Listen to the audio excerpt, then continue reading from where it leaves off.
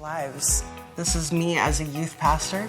I was about 21 years old in this picture, and this is what I looked like when I got raped.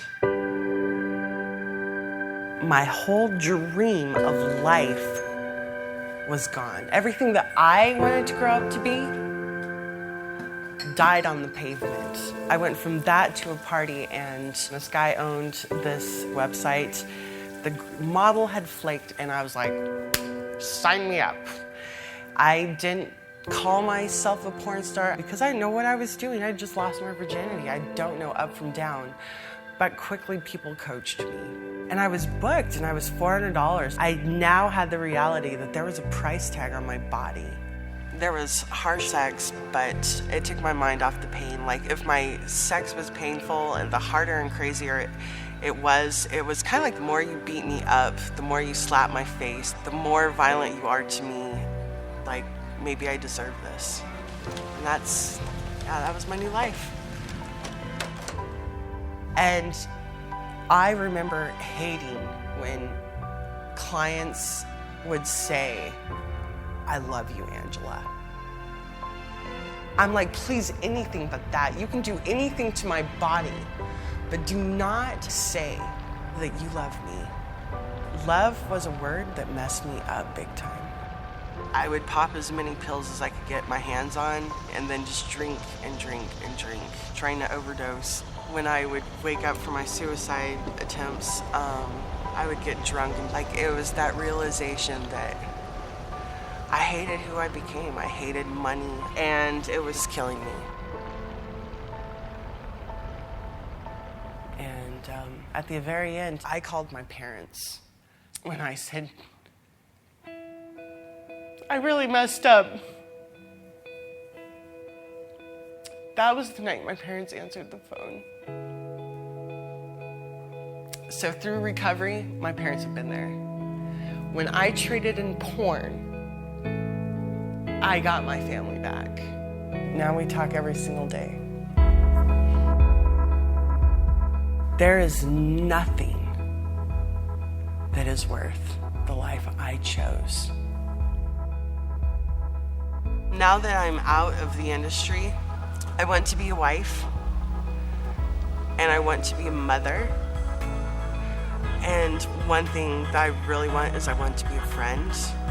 I want the truth to be known about porn.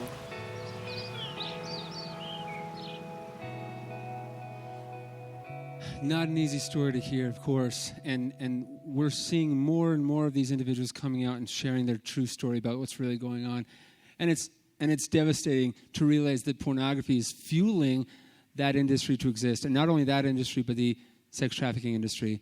A study was recently done that found that 88% of the material that was analyzed in this study, which was the mainstream material that was found that year, the most popular content that was consumed, was found to be physically aggressive and violent to women. Now that's shocking to think that this is the material that millions upon millions of people are consuming on a regular basis. And what is that doing to their attitudes and perceptions about love, intimacy, and healthy sexuality, and who they are as individuals? It's having an enormous impact. In fact, one researcher talked about how it's rewiring the arousal template of individuals, and we'll talk more about that. But this porn industry and the sex trafficking industry are actually one industry. We like to separate them because we don't comprehend that there is a connection. But this industry is the sexual exploitation industry. It's two edges of the same cloth. And we need to recognize that one fuels the demand for the other to exist. And as we consume that material, the need for more often, and a more hardcore version is fueling that interest to get more deviant and more aggressive and acting out in ways that are completely inappropriate and wrong. If I had more time, I'd show you this video of a woman who talked about her experience and actually how she was trafficked and forced into this against her will, and that many people don't realize that this is more common than they think. Individuals behind the computer think that they click, and that this is just a victimless kind of pastime. But in reality, the victims are the individuals clicking, those that they love, and the people behind the screen. It's completely victim-centered. The second thing they wish you knew is that they wish you better understood the scientific harms of pornography. And I'm going to speed through this here, but this kid said, my life now would have been much different if my father had understood that pornography was a true addiction and that just stop wasn't an option. A true addiction. We used to kind of treat this very kind of lightly and not put it into the same buckets as other addictions. But the more we know about this, the more we realize that this is very similar to other addictions. That this is impacting that very thing. This is harming on the brain, the heart, and the world. Now, let me talk to you about the brain itself, and I'll be quick on this. But the brain is very powerful, and what we now know about addiction applies to pornography.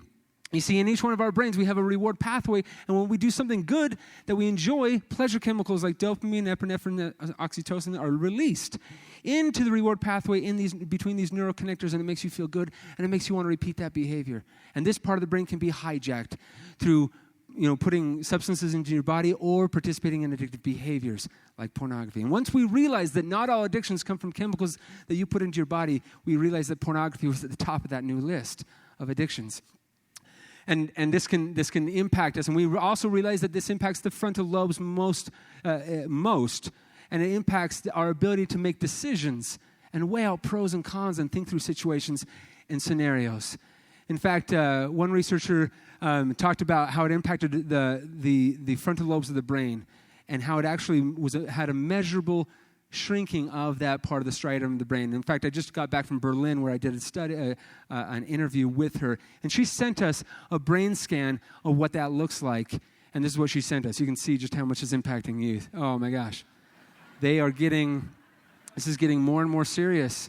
I was doing a presentation in Louisiana, and these two little girls, I went to that slide, two little girls were in the front, and they're like, oh, you got to be kidding me. I'm like, oh, cute. Anyway, no, but it's impacting us, right? It's impacting the brain very quite literally, and we can see that in the way that it's impacting the frontal lobes of the brain. Again, that decision-making area of the brain right there, and this is where we weigh out pros and cons. So it's important that this part of the brain is working at full capacity, and it's no wonder that addicts have a hard time stopping their unwanted behavior.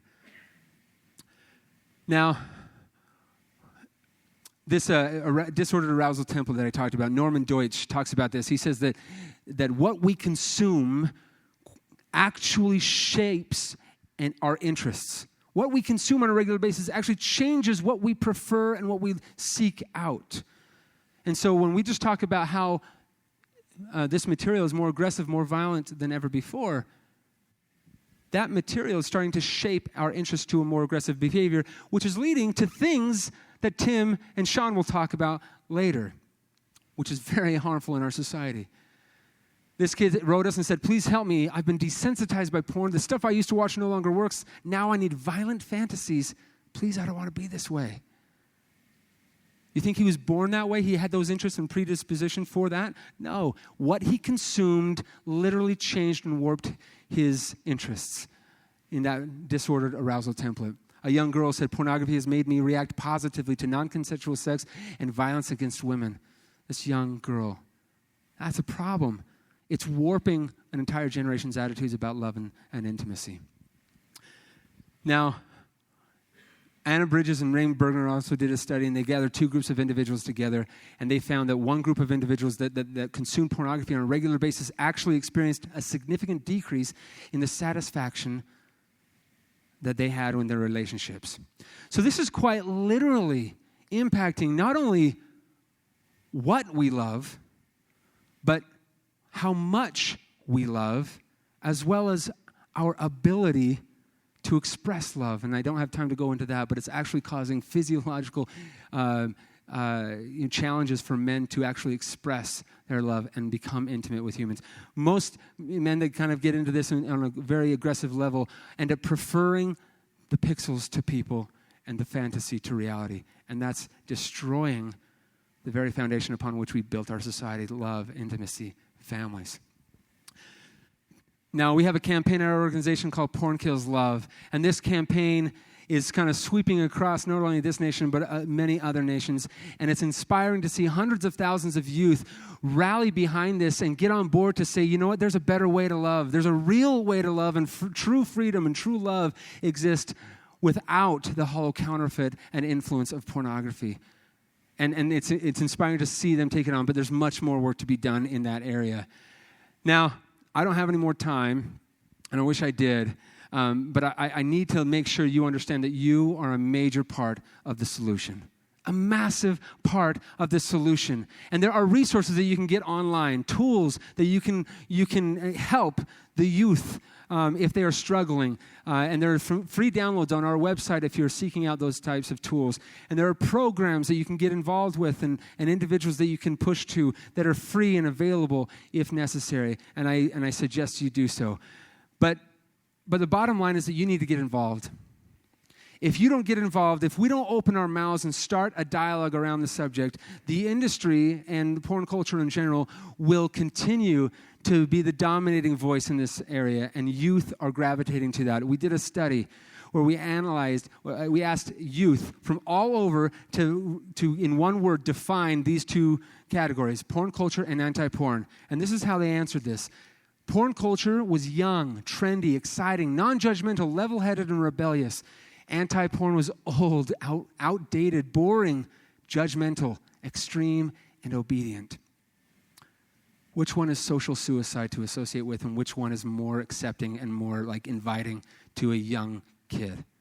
Of course, they're going to kind of lean toward this section and avoid altogether that mentality that porn is wrong or bad.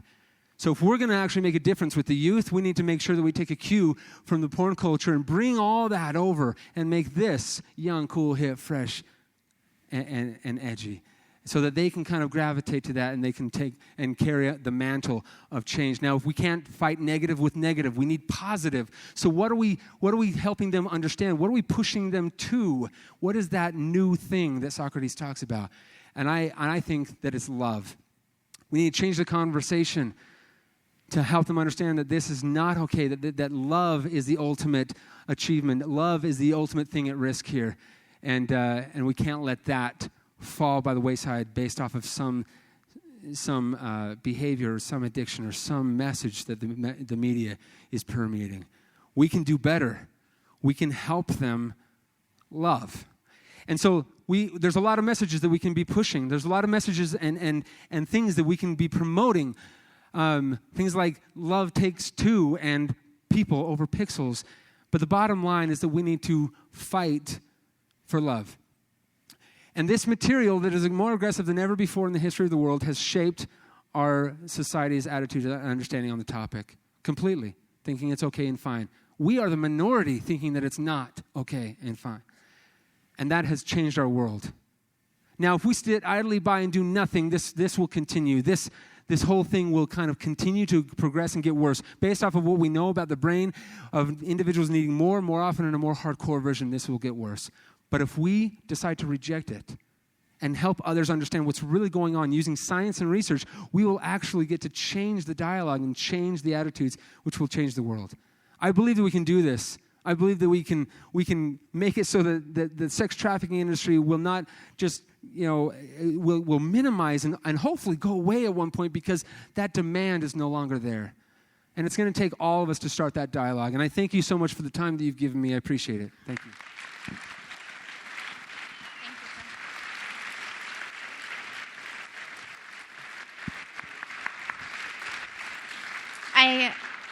That was loud. I just want to take a couple minutes to share some more concrete ways that pornography is linked to sex trafficking. It's represented by an experience I had last Friday. I led a protest at Amnesty International's headquarters in Washington, D.C. Amnesty International has just recently passed a policy to decriminalize prostitution. We know that decriminalizing or legalizing prostitution will only result in increased trafficking, increased violence against women, increased prostitution in an area. However, so we got a group of organizations and about 50 of us lined up outside of their headquarters with huge signs. People walked by in abundance. 5 people stopped. I stepped out of the line to talk with them. All 5 of these women told me that they were prostituted and trafficked. All of them entered prostitution before the age of 16.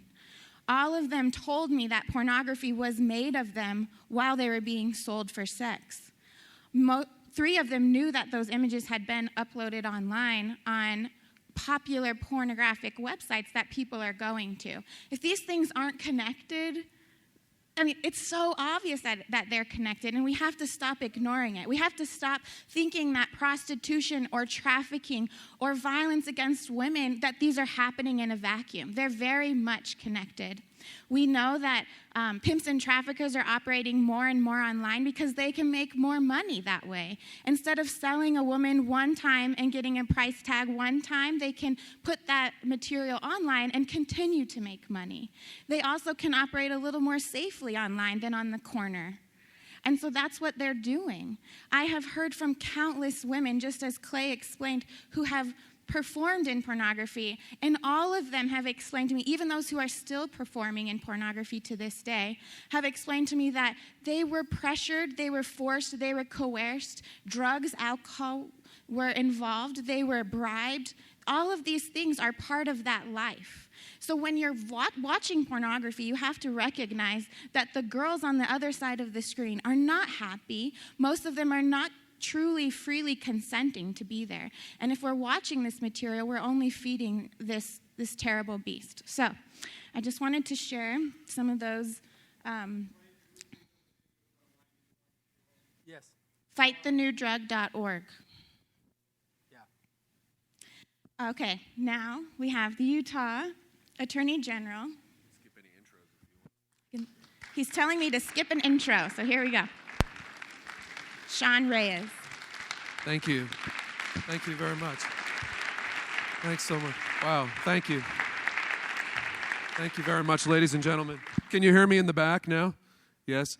How about Clay Olsen? I just wanted to listen to him present for another 40 minutes. Terrific job, Clay. Thank you.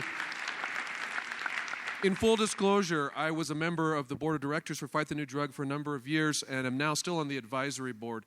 And when I was appointed a couple years ago, the governor asked me to step down from all of my nonprofit board service, which I did willingly because of potential conflicts of interest, but I begged him to stay on one, and that was Fight the New Drug, because I believe so strongly in what they do. And I could have listened to Clay all day long. Just so you know, we're used to presenting, Clay, Tim, and I, each about an hour for our respective presentations. And so we're trying to condense everything we can and still do justice to these issues. But we just appreciate World Congress of Families inviting us to be able to address these very, very critical issues of the day. But like I said, Clay is a much better presenter than I would rather have sat and listened to him. I tried to give him my time. He refused. But why was I so excited and determined to stay on the board of Fight the New Drug? Let me brag about them for just a second, because there's a reason why over 100 countries in this world have adopted the Fight the New Drug curriculum and platform. There's a reason why some of those countries, even more than our own, have injected millions of dollars to be able to expand their Fight the New Drug program. Now, some of you who are well-versed in scriptures, many of us here are, you understand that in the context of the scriptures like Matthew that talk about hearts or love of men waxing cold in the last days, I think this is an absolute manifestation of that. Pornography is the reason in large part for that. But here's what's great. Not everybody responds to a religious message. Not everybody responds to a political message. And many of the youth, as we know, don't want to hear it if it's coming from either of those two sources. Here's the good news. If they already are inclined to those things, whether they're youth or adults, then the message of Fight the New Drug only re-emphasizes what they already feel.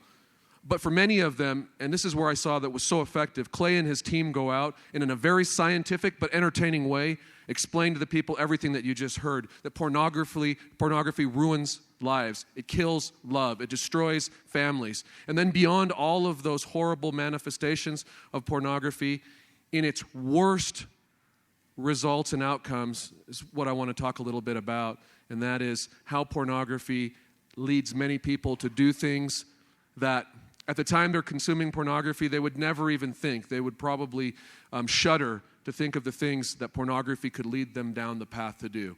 Now, I'm very clear to say to people as I present on these issues and I try to talk about the good work that Fight does, look, not everyone, let's be honest, not every person who consumes pornography will end up being a child pornographer or a child trafficker. But ladies and gentlemen, here is the chilling part of this, and I've seen it now working in the law enforcement side of things very clearly. Most every trafficker that we have prosecuted, most every pornographer that we have arrested, and dealt with has admitted that their gateway to where they are, to the depraved condition that they're in, was pornography, some very casual. And so people cannot tell me that one cannot lead to the other. There's an absolute correlation. Again, not always one will lead to the other, but when you get down to this end of it, where we deal with on arresting and prosecuting and chasing down these guys, yes, many, many, many of them will tell you that's how it started. And so thank goodness for the work that Fight the New Drug does, not just on the regular internet. And here's another scary part. Most of you, hopefully, don't ever venture into the world of the dark net, the Tor, but down there hiding, lurking, even escaping law enforcement is such activity that is so horrific that I don't even want to get into the details to you. In fact, my wife has said, Sean, you've got to stop talking everywhere you go about crushing child pornography and fighting human trafficking. No one invites us anywhere socially anymore. So all the dinners in the neighborhood are done and gone. Honest to goodness, they invite my wife and just say, hey, leave Sean. Way too depressing, way too dark. And my response is, hey, if that's the price to pay, and I know many of you have had similar experiences when you're out there advocating for causes that you represent, that's okay. If I make some people uncomfortable, I can afford to lose, as you can see, a few pounds anyway. So I just wanted to highlight the work that these guys do at Fight the New Drug, and even if it takes my time, that's okay. If any of you want to get a taste of what that chilling feeling is like, then I invite you to go to YouTube. You can go watch a Ted Bundy exit interview, I call it, before this notorious serial killer is executed. He does an interview and admits, some of you are nodding your head, so I assume you've seen the video, that what was his gateway to his condition, you got it. It's pornography. And so, again, these guys, the work that they do, especially with the youth, where they can go in and inspire them. And again, the youth are really gravitated. I see fight shirts and fighters all over the world, and I just want to applaud Clay and his team one more time and thank them for what they do. All right. I could do the same with Operation Underground Railroad, and not coincidentally, I'm on the advisory board for OUR as well, and I have done in some events, spent the entire time just talking about one of my heroes, Tim Ballard, who'll come up after me, and the work that he and his team do on the other end of the spectrum. And let me maybe step back and try to map out the different ways that we can all work together to fight this international pandemic, which is child sex abuse and exploitation, whether it's in the trafficking arena or pornography as it starts. There's an education and prevention side, and Clay's team falls squarely within that.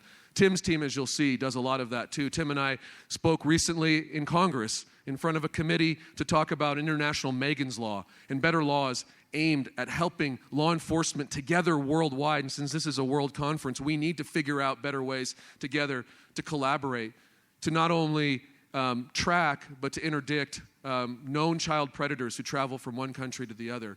Now, that's the education piece. There is the disruption piece, and Tim's team, as you'll see, does an excellent job at that, the liberation of victims. And then there's the investigation subcomponent of that and the prosecution side. And then there's a critical aspect that we don't have fully represented here, but I hope Tim will talk about it, and that's the rehabilitation side. That's once we have liberated these poor, innocent souls, what do we do to help them? And we want to make sure that they get, first of all, treated like victims and not perpetrators themselves. We want to make sure that they have the resources, the mental health, the physical health resources that they need to help this long, maybe lifelong road to recovery after the atrocities that they've endured. We want to make sure that they have educational opportunities, job placement opportunities, and safety. And thank goodness, Elizabeth Smart and her organization, the Elizabeth Smart Foundation, have combined with and joined, and now they are a part of Operation Underground Railroad. So seamlessly, Clay can educate people and help prevent from the beginning. Tim can disrupt those cartels and traffickers that are out there, and then Elizabeth and her team come in seamlessly and make sure that the victims who are liberated have the resources that they are needed. It's a great model, and honestly, you should be proud, for those of you who are Utah residents, of all these Utahns. Thank you. I'm proud of them. Guys. I'm proud of them, not just because they're from Utah and we love to innovate and lead in Utah, but because of how generous they are. They've opened their arms and have worked with worldwide organizations all around because they understand what we understand, that it is an international pandemic, not just an epidemic. It is a plague that we should be talking about much more in our society. It is the fastest growing criminal enterprise, ladies and gentlemen, in the world today. It is second only to drug trafficking in terms of being the most lucrative, and many experts believe it has already surpassed drug trafficking. We just don't have updated and accurate statistics because it is such a difficult crime to track and quantify. So it's already leapfrogged arms dealing, counterfeiting. It's all of its manifestations. That's piracy in terms of software and product bags. This is the biggest threat right now in terms of crime and dollars in the world today. And what are people being trafficked for? Well, most of you know we're here to talk about the sexual exploitation part of it. That's not the only thing. That's what we'll focus on today. But let me just say as a side note, 10% or so of the 25 to 40 million people who are modern-day slaves worldwide are trafficked for forced labor under horrible conditions. These are deathly, life-threatening conditions. Others trafficked for the organ harvesting so that their organs, they're killed and organs are sold on the black market. Others, little kids bought up so that warlords or terrorists can strap bombs to them and use them as cheap suicide bombers or train them up. You put a lot of hate and a weapon in the arms of a 10-year-old and fill their mind with hate, they can be a pretty effective fighting weapon over time. These are the manifestations of human trafficking. We're focusing right now on sex trafficking. Now, it was interesting in that congressional testimony that we gave. When I give you the number, 40 million, and I think that's truly conservative number, some agencies and organizations have pegged it a lot higher. But that is more modern-day slavery. Those are more slaves than all of the slaves in the entire transatlantic slave trade over a 300-year period from the 1500s to the 1800s. So let me say that again. From the 16th century to the 19th century, 300-year period, by most scholarly accounts, there were 12.5 to 13 million slaves traded there. And let me also be clear about this, because I want you to understand. I am in no way trying to minimize the terrible institution of slavery that went on during the transatlantic slave trade. No way. Trying to marginalize that. But in terms of raw numbers, and sure the population numbers are a little different today, think about that. 40 million, if we just use that conservative number. That is boggling to me in my mind. Now, it was interesting as a side note, Tim and I just finished testifying.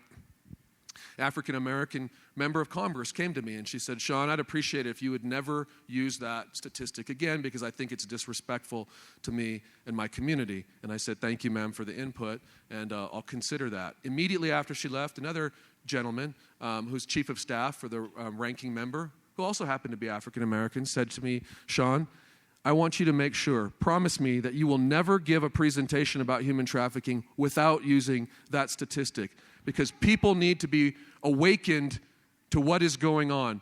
And if in any way what happened, this terrible institution that my people suffered through and my culture, if we can use that in a positive way to waken people up, to wake people up to this horror that exists today, then that's what we need to do, and something positive can come from something that was so negative. And so because of that, I continue to talk about those statistics, because I think we need you to help us take that message into all your spheres of influence. We recognize, I see a lot of faces here. I see people who are business leaders, who are leaders in the faith community, who are leaders, who are social and political leaders. We need you to take that message, so please help us.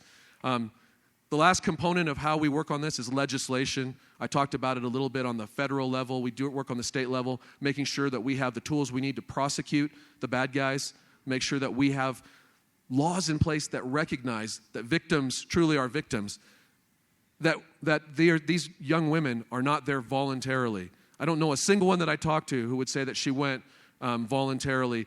One other witness that testified with me and Tim recently in Congress said that she was a young woman trafficked in the life in Mexico at the age of 14 through 17. She's now 22 and doing amazingly well. But during those 3 years, she counted in her head. That was the only way for herself to disassociate with the physical pain of what she was going through. She said that she was forced to sleep with over 4,000 men during that time. Now, if you do the math, that's about 40 times, 50 times a day, 6 or 7 days a week. And I used to think those stats were perhaps a little exaggerated, just to bring attention to the issue. Well, they're not, ladies and gentlemen. Now, having worked with so many victims and survivors, I know that they can even be above those, 40, 50, 60, 70 times a day. And I could read stats that would, again, just depress the heck out of you, but I won't do that. I've got 100 of them. If you want some sources, I can talk to you afterwards. In the state of Utah, we handled a gigantic case last year that really opened my mind to not only is this happening worldwide, but it's happening here locally. And I don't want to get into too much of the detail.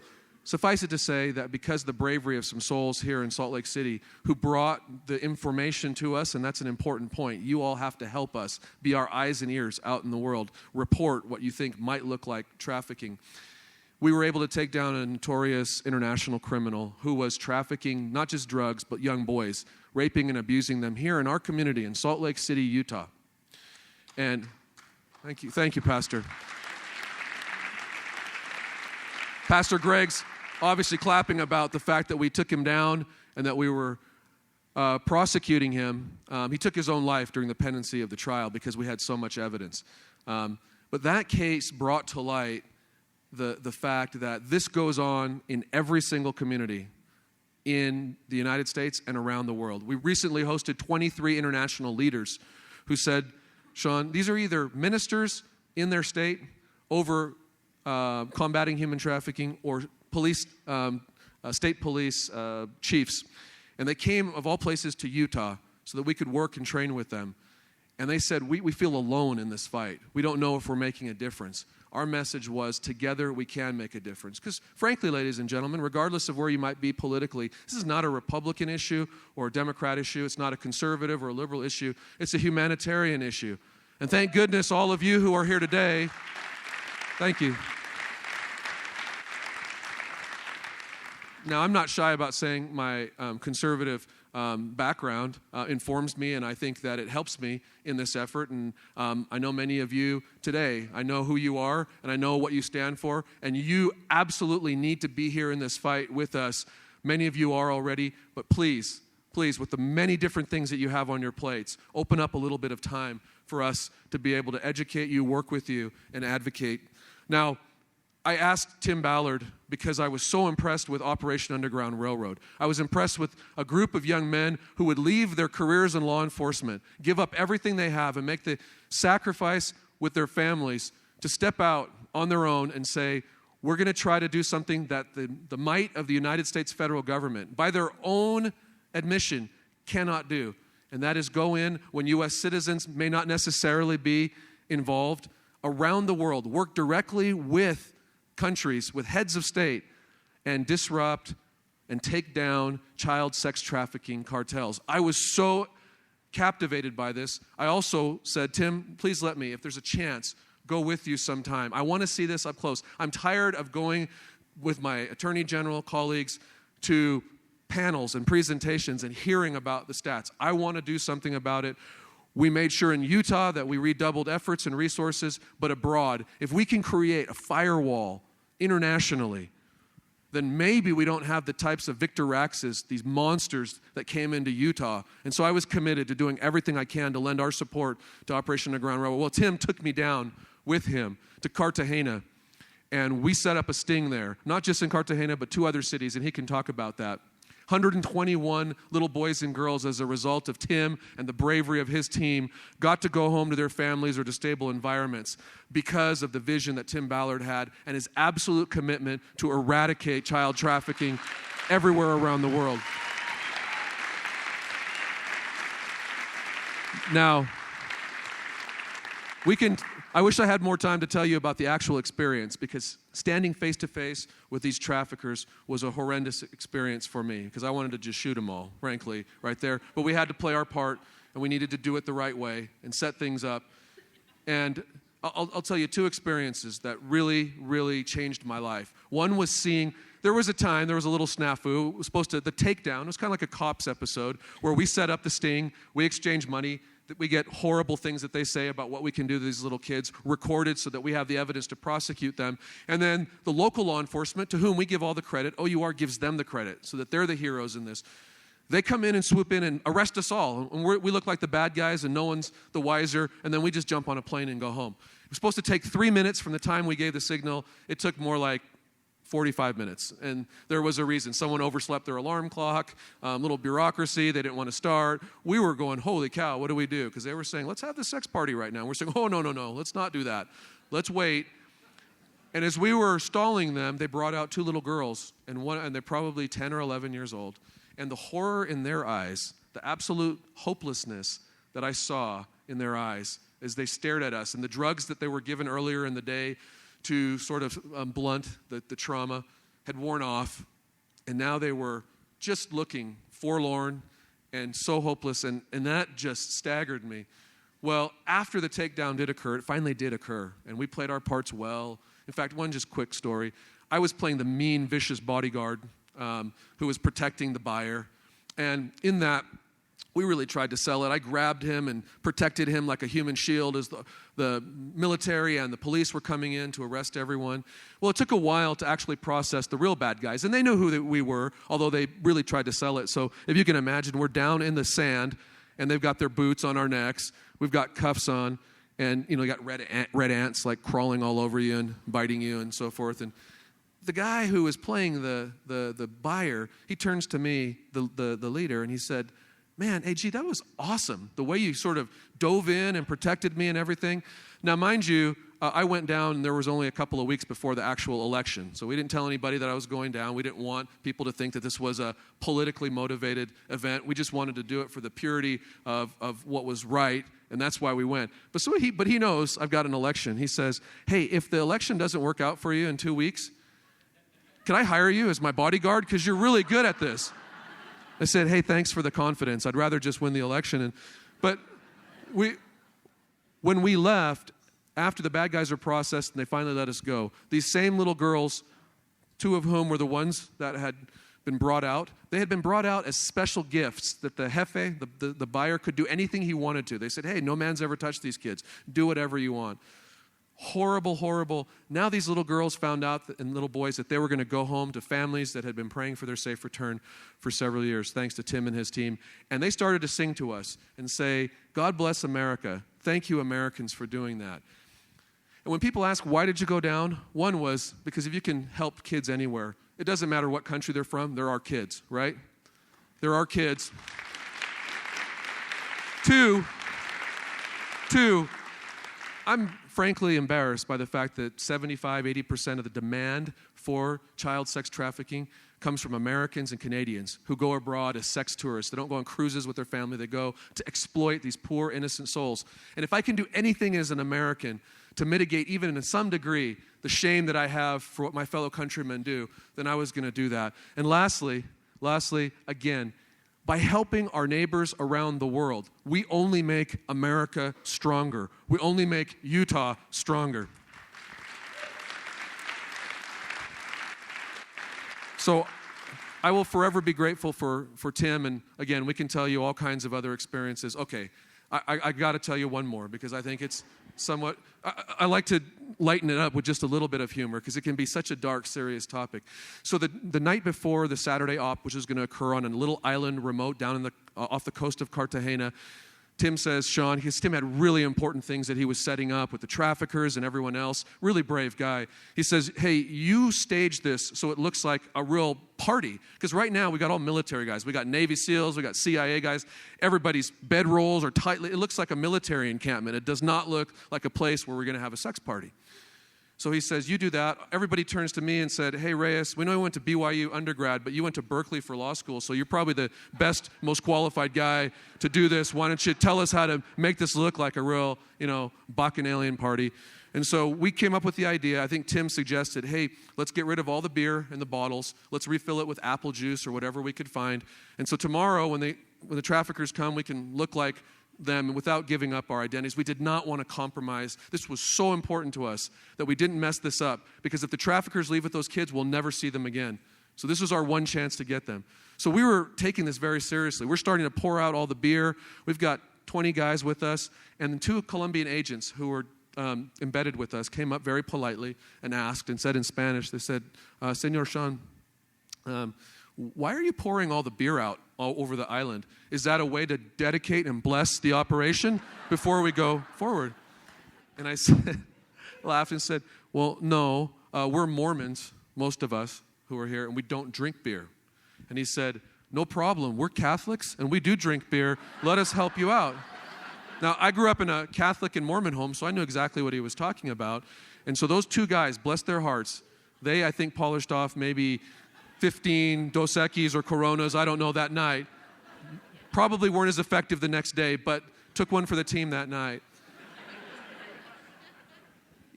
When we got back, I told Tim, and we've said this together again, we will dedicate our lives. There's a lot of other things the AG's office does, and I don't want to diminish from the focus and the emphasis on that. But when it comes to human trafficking, I'm committed, like Tim is, like Clay is. We will do everything we can for the rest of our lives to make sure that one day we can say we helped eradicate human trafficking, child sex trafficking worldwide. And if there's some good news, let me finish it with this. I know I got the 1-minute sign about 5 minutes ago. I apologize. When Tim tried to do an operation in Cartagena again 6 months later, it wasn't just because of that single operation they did. When Tim was down there, they trained investigators and agents. They trained the FBI from Colombia how to do these cases. So they gave them the playbook. We talked to the prosecutors. We even talked to their legislators. And because after Tim's operation, over a 6-month period, those colleagues of ours were so successful at disrupting and interdicting on human trafficking. When Tim tried to go back and set up another sting in Cartagena, hotbed for trafficking, 6 months earlier, you couldn't walk down the beach without people throwing the opportunity at you. You little boy, little girl, how old? 10 years old or younger, how much do you want to pay? Now, we were looking for it, and no one would sell a child to Tim Ballard. They said, no. The Americans came down here, they all got arrested. Everyone who's been selling children has been arrested over the last few months. You cannot buy a child here in Cartagena. Ladies and gentlemen, what? Thank you. They deserve that, please. If I could stand up, I'd stand up more for you. You guys deserve that. With that, let me conclude. You cannot buy a child in Cartagena. You cannot buy a child in Cartagena. You cannot buy a child in Cartagena. Now, Tim and I, we don't know how long that's going to last in Cartagena. But imagine with the 20 or 30 other countries that they're working with, that they've done jumps in, if they could say the same thing in the major cities around their world. So when I say that it's our dream to one day say that we've been a small part of eradicating child sex trafficking, it's not a fantasy. It can happen with brave souls like Tim and OUR, with wonderful, dedicated folks like Clay Olsen and his team, and all of you, and that is my plea, that all of you help join in this fight. God bless you all. Have a wonderful day. Thank you.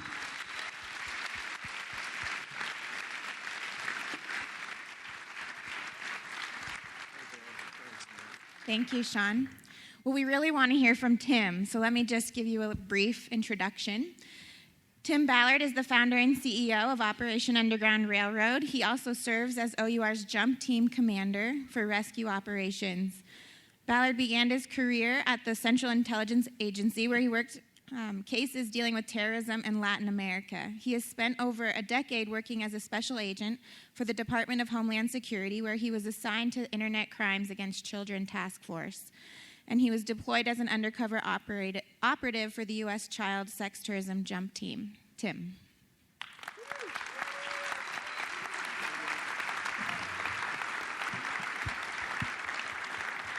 Thank you so much, and thanks for inviting us and for coming, and it's an honor to share the stage with these people. Sean is way too complimentary of us, I think. Sean has become, I would call him the leading witness in politics. He doesn't like that word because he's not a politician. But poly, he always says poly means many. This is the word politics, and then many ticks. Ticks means ticks, and he's not a politician, and he really isn't. This is a guy who embedded with an undercover group led by a Colombian operations team undercover. I mean, this is, and I know why he did it. because I know him very well. He did it because he wanted to empower himself as the Attorney General of the state of Utah so that he could come back and be a witness. Yes, we do. Sean Reyes for president. I said it. Thanks, sis. I appreciate that. That's probably my sister out there.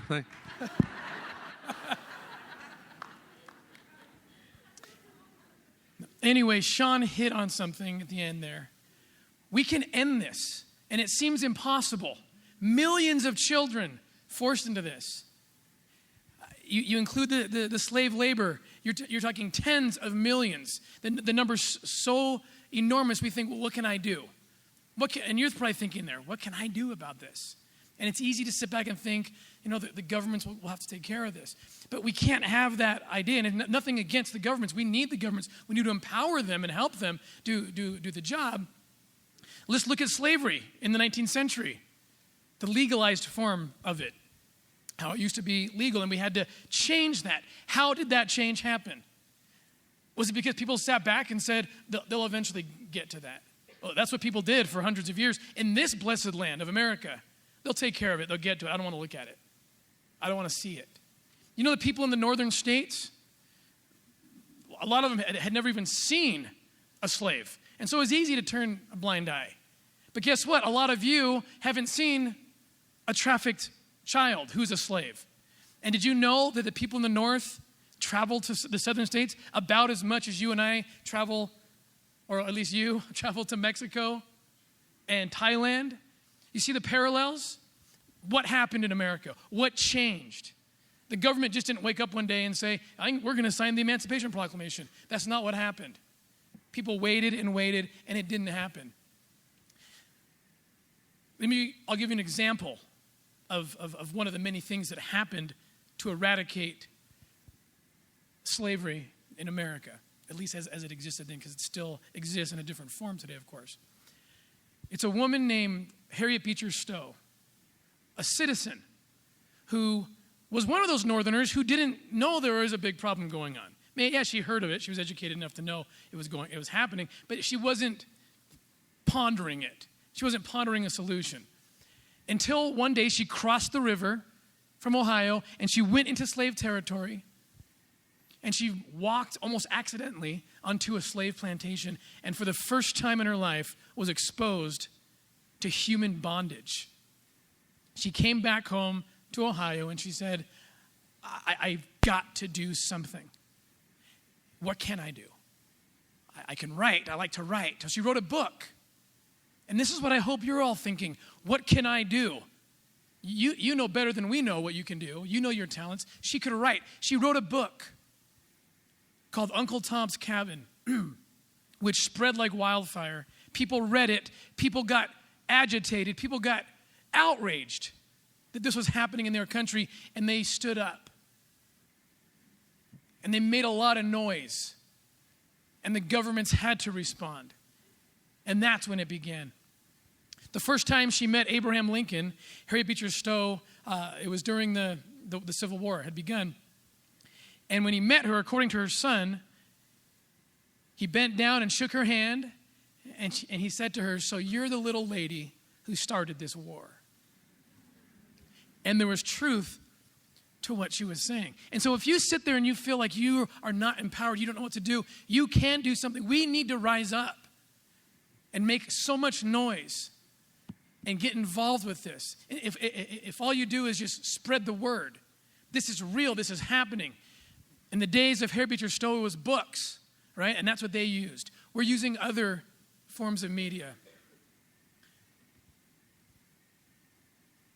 I had an experience before I even left the government to start Operation Underground Railroad. I was approached. I had a really, really interesting conversation with a person who I admire so much, who's going to be embarrassed that I'm pointing him out, but it's Mr. Jerry Mullen right here, who's sitting in the front row.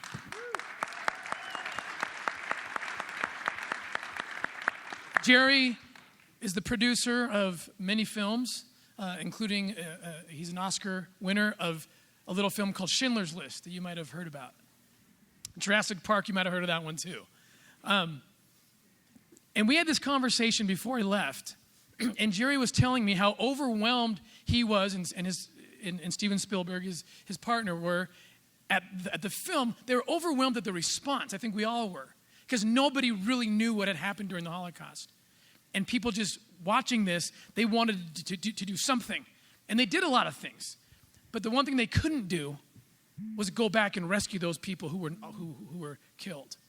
And Jerry said to me, what if we could have made Schindler's List in 1942? Can you imagine what would have happened? People would rise up. It wouldn't have been allowed, and they would have been liberated and rescued. So many would have been saved. And he said, we have the opportunity right now to make the Schindler's List of our day while it's happening. We have the opportunity to make a film right now that shines a light on modern day slavery in a way that we can actually affect change. We can shine a light on this. People can see it. They can be converted to the cause, and they can rise up like those Americans of the 19th century who rose up, like those British citizens who did the same in their country, in their time, to illegalize the British slave trade. We can create that kind of a movement when it's in the moment it's needed. And Jerry then said, will you let a film crew follow you around as you embark on this endeavor? Let them follow and film and show the world what is happening so they will believe it. It's hard to believe this is happening. Isn't it hard to believe the story that General Reyes just told? An 11-year-old girl. Do you all know someone who's 11 years old? A daughter or granddaughter? I have an 11-year-old daughter.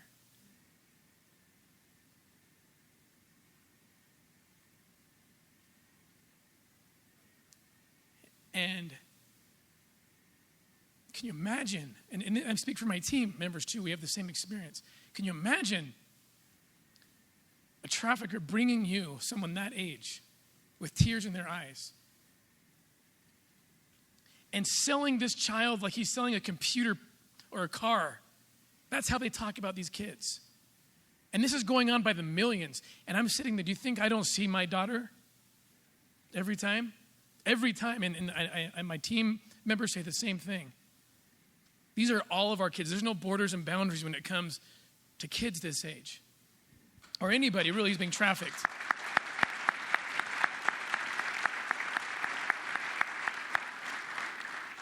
So if the world could see that, and it's hard to see. It's hard to see. No one wants to see it. I didn't want to see it. I went begrudgingly across the river. Okay, when I was a U.S. agent, I didn't get into that field to work this kind of stuff. In fact, I said no, I wouldn't do it. But my good wife eventually told me, no, you will do that. Yeah.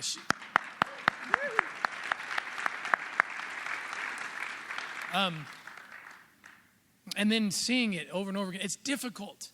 But you know what? We're asking you right now to cross the river with us. Because until we all get across, these kids will be continually trafficked, kidnapped, raped again and again. And the reason, we know the reason. I'm so honored to share the stage with Clay Olsen. And they were both from the same state. It's just a coincidence, but it's awesome too. And why are there 2 million plus children being forced into the commercial sex trade? Because there's that many perverted people on this earth that want that. Why do they want it? Because they're sex addicts. Because they let that happen to their brain. And so we've got to be working both of these angles, and you need to get on board on this side of the equation too, so we can stop it. But so many are already downstream, and we've got to rescue those kids. So Jerry's team, and we have some of them are sitting right here, Ryan Welch and Darren Fletcher. And Chet, where's Chet? Chet, I don't know where Chet is. They're here, and as a lot of you know, they have a ton of footage. And by the way, this footage that they give us, one of the most important parts of that footage is we turn it all over, the raw footage over, the video, the audio, to these prosecutors who have a lot of them never seen any digital evidence before in their cases. And they have to rely on the children to go take the stand. And that's the last thing you want to do, is put those poor kids back on the stand, and that's when the prosecution falls apart.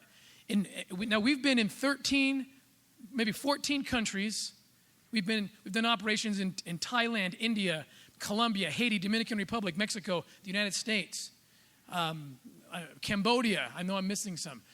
Because of the support, we're able to go to all these places. Not one time, over 100 arrests, by the way, over 100 people are in jail right now because of all these operations, and not one time so far has any of those kids had to take the stand. Why?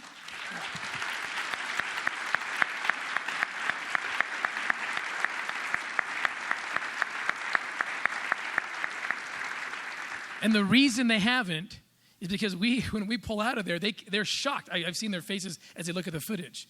They're watching from beginning to end, from the minute we meet that trafficker on the beach to the minute he's arrested, and everything in between is recorded from about 14 different angles. And we hand the hard drive over to the prosecutor, and they said, this is unbelievable. The case closed. These guys just plead out. What are they going to say? There's no defense. It's all recorded. And so it doubles as evidence, but then also it is the light. It is the Harriet Beecher Stowe, Uncle Tom's Cabin of our day. And it's first going to be aired or broadcast and released as a documentary. And later on, as there's so much footage, they turned into a TV series that will come out. But we are so privileged that we get to watch this screening in a couple minutes, right? At 5 o'clock, I think we're going to play it here and some other rooms too. So what you can do is do what the people of the 19th century America did. You can read that book. You can watch this movie, in this case, and spread it. Let the world know what evil people are doing to our children, destroying families. This is the Congress, the World Congress on Families, right? This is the fastest, as Sean pointed out, the fastest growing criminal enterprise on earth. It's one of the greatest threats, if not the greatest threat, to children, to families. Sex addiction, trafficking, the kidnapping, the rape. It is unbearable. The very first operation we did, and the reason we even started this, it wasn't to replace or shun the government because they weren't doing the job. It's simply because this problem is so enormous that no one government can do it. And there's so many gaps that the governments just can't fill because they don't have the mandate to fill it. Or there's so much bureaucracy that it's very difficult to move. I always say the U.S. government is powerful and wonderful in so many respects, not in all respects, in so many respects, but getting that thing out for good is like getting an aircraft carrier out of harbor. And my guys, my brave jump team members, and I wish they could all be here, but most of them can't even show their face. I have guys out right now who are undercover. They're like jet skis.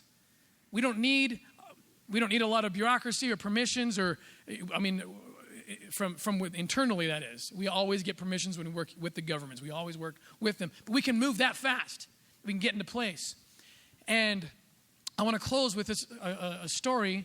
I mean, there's so many operations we've done. I don't know which one to pick from. Just last week, we were in India, and we did our sixth operation since June there.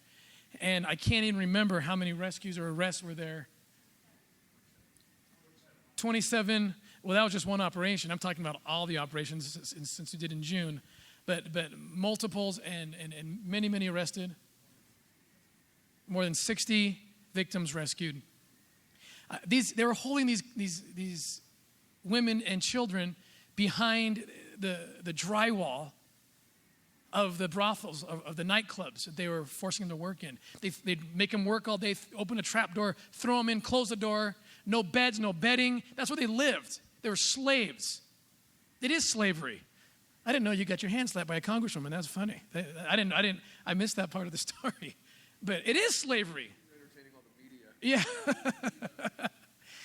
Yeah. It's slavery. When people own other people, that's what we call it, and that's what it is, and it's happening.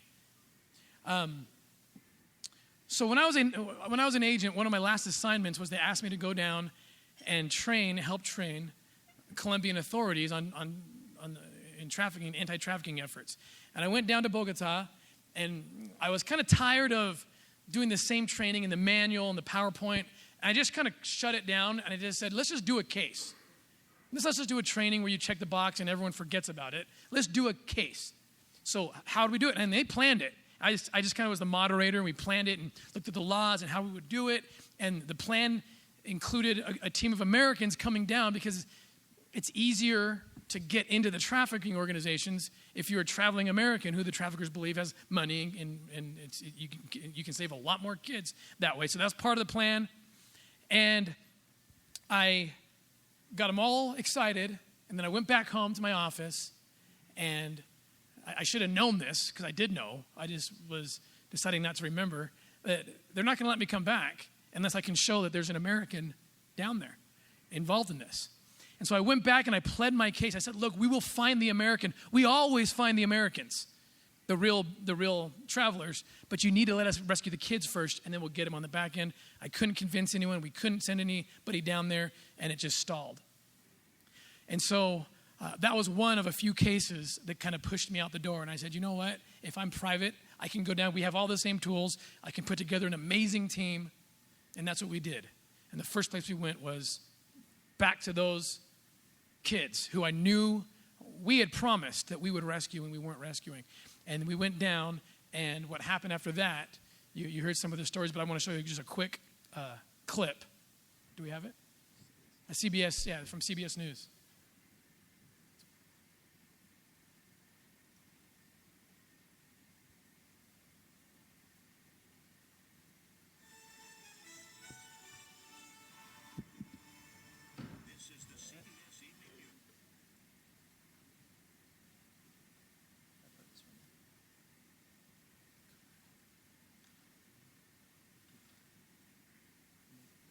Okay, so you're going to see a quick brief. I want to say something because this is great footage because it shows what happened. If you look real carefully, you'll see the Attorney General. His face is all blurred out, along with the rest of my team. And I just want to make mention of the rest of those guys whose faces are blurred. I get undue credit because someone has to talk about it. These guys can't talk, but they're the ones who did this. And the Colombian agents, they don't get enough credit. These are the guys who did it, and when we left, kept doing it. And rescued so many more, and they do care. And we're very careful. We find the best. We go through the U.S. embassies and other embassies and our contacts, and we don't work with prosecutors or law enforcement unless we have vetted them and we know that they're trustworthy. And the same with our back and the rehab side. We make sure we have partners who are vetted and that those kids have what they need to have. And we follow up. We go back again and again to make sure that they are continuing to rescue kids. Did you get it? With Scott Perry. Dozens of children were saved from slavery when agents rushed in to break up a sex trafficking ring. Last weekend, police broke up a major sex trafficking ring in Colombia, which has become a destination for tourists looking for sex with boys and girls. The police had help from an American who went undercover to rescue the children, and Elaine Quijano met him. Tim Ballard has one mission: to track down child traffickers. 4 months ago, Colombian authorities asked him to investigate a tip that children were being sold there as sex slaves. Within a half hour, this individual walks up to me, starts asking me what I'm here for, what I want, and within minutes, he says, well, I've got kids as young as 11 years old. Ballard, a former Homeland Security agent, now heads up Operation Underground Railroad, a nonprofit group that rescues trafficked kids. After that first meeting, the Colombians asked him to put together a sting. No men will be in here, only women. Operation Underground Railroad spent months planning, renting this house, rigging it with hidden cameras to document the crime, coordinating with Colombian authorities, and negotiating with the traffickers. How they find these kids is they lure them in by pretending to have a modeling agency. They target them at 9 or 10 years old. And they were telling us that about by 11, they're ready for sex. They're ready to be sold. What is that like, looking into that kind of person's eyes? It's horrifying, and this is why. Because I've got a smile in the face of evil. This is the table where we're going to do the negotiation. Less than 24 hours after the operatives landed, the suspected traffickers arrived on the island, and the final deal with the undercover team began. 54 boys and girls aged 11 to 18 were ushered in for what had been billed as a sex party. They were given candy and drinks and told to wait in this small room. This little 11-year-old boy, I remember, he asked one of my operatives if they could give him some cocaine or something. He said, they usually give me something because I'm really scared. By the time the deal was done, the alleged traffickers were set to make $25,000. That transaction was never completed. 25 Colombian special operatives stormed the party, arresting 5 suspects, 4 men and 1 former beauty queen, all charged with child trafficking. The victims, 29 of whom are under 18, were evacuated, given medical exams, and placed in a rehabilitation center where specialists are working to undo the damage. Right before I got in the boat, we had to walk by this room where the kids were, and they put their hand up. And I touched their hand and see that there's liberation now. Liberating one child at a time. Elaine Quijano, CBS News, New York.